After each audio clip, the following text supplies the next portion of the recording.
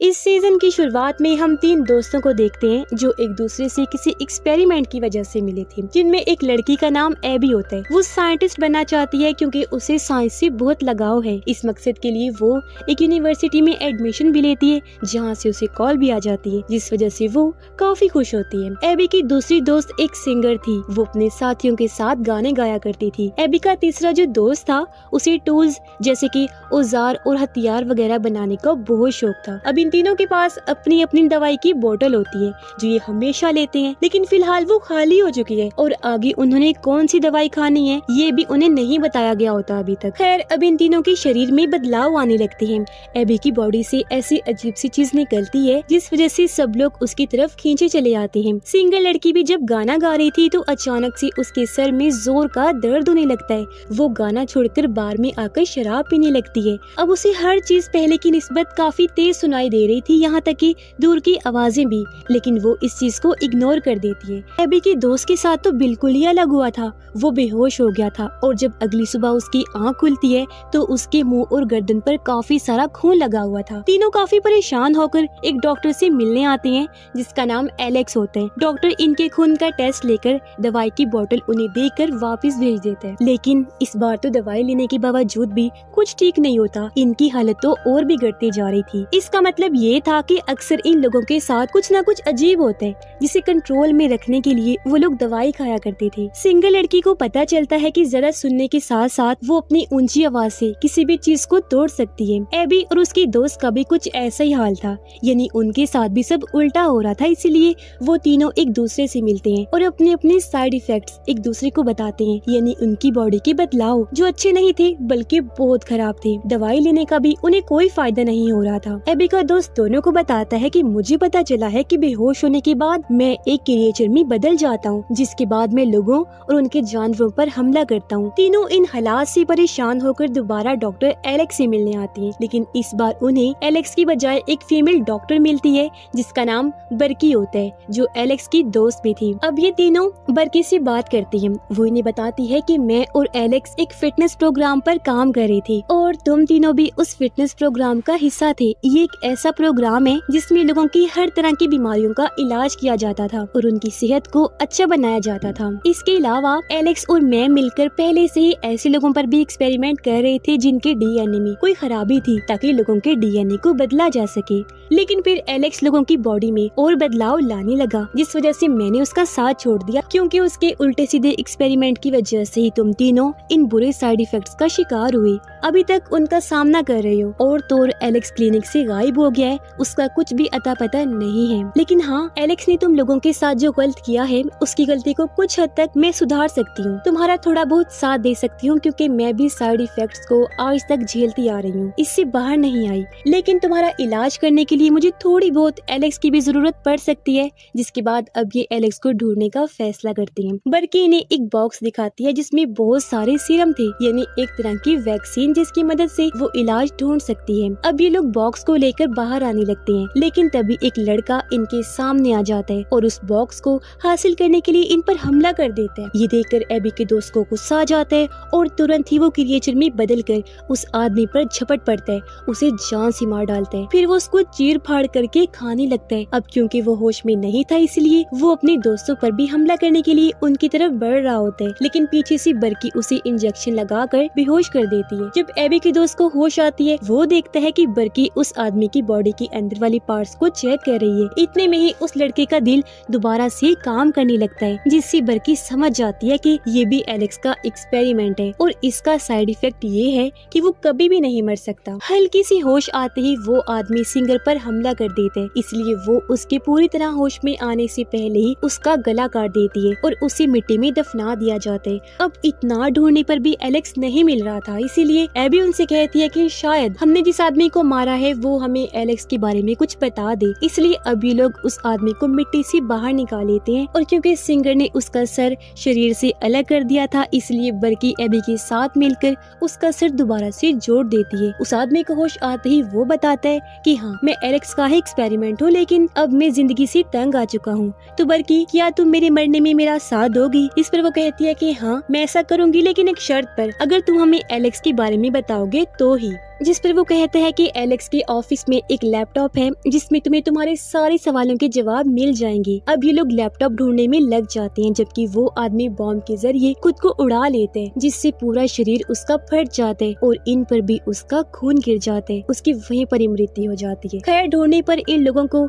एक खुफिया ऑफिस मिलता है, जिसके अंदर तलाशी लेने पर इन्हें वो लैपटॉप भी मिल जाता है। लैपटॉप से इन्हें एक लड़की के बारे में पता चलता है जो एलेक्स की खास एक्सपेरिमेंट थी और वो एबी की दोस्त भी थी, लेकिन वो काफी चालाक थी। अब ये लोग उस लड़की यानी एबी की दोस्त के पास जाते हैं, लेकिन वो भी इनकी मदद करने के लिए मना कर देती है, क्योंकि अब वो एलेक्स से नफरत करती थी। अब ये लोग उन सभी लोगों से संपर्क करने लग जाते हैं जिन सब पर एलेक्स ने एक्सपेरिमेंट किया था। जहाँ इसी बीच एबी की बात एक लड़के से होती है जो इन्हें मिलने के लिए बुलाता है और कहता है कि मुझसे मिलने एलेक्स भी आ रहा है। बल्कि इन्हें इनके साइड इफेक्ट्स कंट्रोल करने वाली कुछ चीजें देकर उस लड़के से मिलने भेज देती है और खुद वो कांटेक्ट करती है अपने एक साथी से जो साइंटिस्ट होता है और उससे मदद मांगने लगती है कि आखिर साइड इफेक्ट्स को कैसे कंट्रोल किया जाए। एबी और उसकी दोस्त उस लड़के से मिलने पहुंचते हैं और देखते हैं कि वहाँ उसकी दो और दोस्तें भी हैं। अब वो लड़का अपनी दोस्तों के साथ मिलकर इन तीनों को बेहोश कर देता है। अब ये लड़का खुद को जो बता रहा था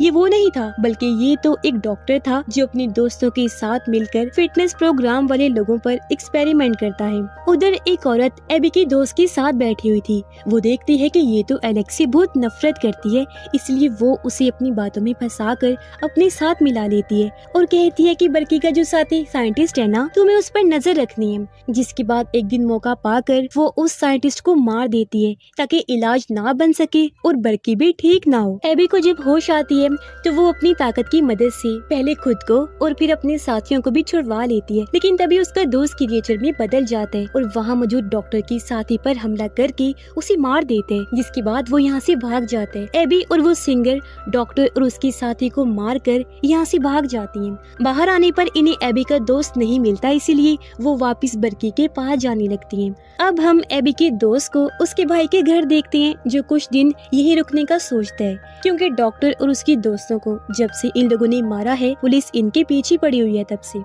एबी और वो सिंगर जब बर्की के पास आती हैं तो इन्हें यहाँ एक लड़का मिलता है जिसके पास बहुत सी पावर्स थी और तो उसे कभी चोट भी नहीं लग सकती थी। अभी पावर्स वाला लड़का देखता है कि एबी की दोस्त जो उस औरत से मिली थी वो इन पर नजर रख रही है, इसलिए ये उसे पकड़कर बर्की के सामने ले जाते हैं। उसे इतना गुस्सा आता है कि उसके साइड इफेक्ट्स उस पर हावी होने लगते हैं। वो इन्हें मारने के लिए आगे बढ़ते हैं। तब बर्की एक दवाई लाकर उसे बिल्कुल ठीक कर देती है। उधर एबी की दोस्त के पास भी एक पुलिस ऑफिसर आता है जिसकी बातों से वो समझ जाता है कि इन पुलिस वालों का मकसद कुछ और ही है, जिस वजह से उसे गुस्सा आने पर वो क्रिएचर में बदल जाता है और उस पुलिस वाले को डरा कर वहाँ से भगा देता है। इसके बाद वो वापिस से अपने असली रूप में आकर बर्की के पास चला जाता है। बर्की को पता चलता है कि उसका साथी साइंटिस्ट मारा गया है, जिससे उन्हें शक हो जाता है कि जरूर हमारे पीछे कोई लगा हुआ है, किसी ने हम पर नजर रखी हुई है।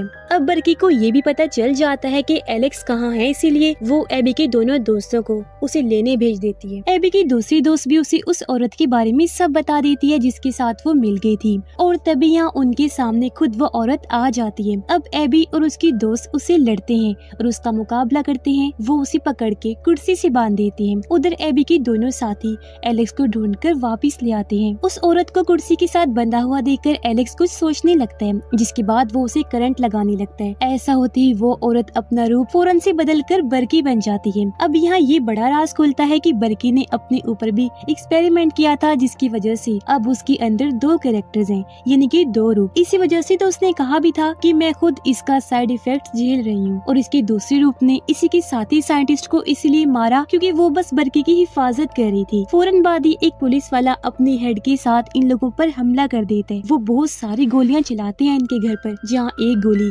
एबी की दोस्त को लग जाती है। तभी उसे बचाने के लिए एबी उसे सीरम देती है, लेकिन उसकी सांसें बंद हो जाती हैं, जिससे एबी को लगने लगता है कि वो मर गई है। जिसके बाद ये लोग हेड और उसके लोगों का सामना करते हैं। बीच में एबी की वो दोस्त भी जिंदा होकर आती है और अब उसके पास बहुत सी पावर्स आ गई थी और वो इनकी मदद करती है। तब यहाँ उस हेड को हार माननी ही पड़ती है, लेकिन तभी बर्की उस हेड के साथ जाने का वादा करती है, क्योंकि वो जानती थी कि इस हेड के अलावा और भी बहुत सारे लोग हैं जो फिटनेस प्रोग्राम वाले एक्सपेरिमेंट के पीछे पड़े हुए हैं। तो बाकी सबको बचाने के लिए वो खुद एक्सपेरिमेंट बनकर उसके साथ चली जाती है। वो हेड बर्की को खराब डीएनए का इलाज बनाने के लिए कहती है, क्योंकि अगर उसके पास ये इलाज आ गया तो उसे काफी फायदा होगा और पैसे मिलेंगे। सिंगल लड़की को पता चलता है कि उसके दोस्त की मृत्यु हो गई है, इसीलिए वो अपने दोस्त की लाश के पास आकर उसके सैंपल लेकर जाती है, जिसके जरिए एबी पता करवाती है कि उसे जहर देकर मारा गया है। अब इन लोगों को ये भी पता चलता है कि वो डॉक्टर जिसने इन्हें अपने दोस्तों की मदद से पकड़ लिया था,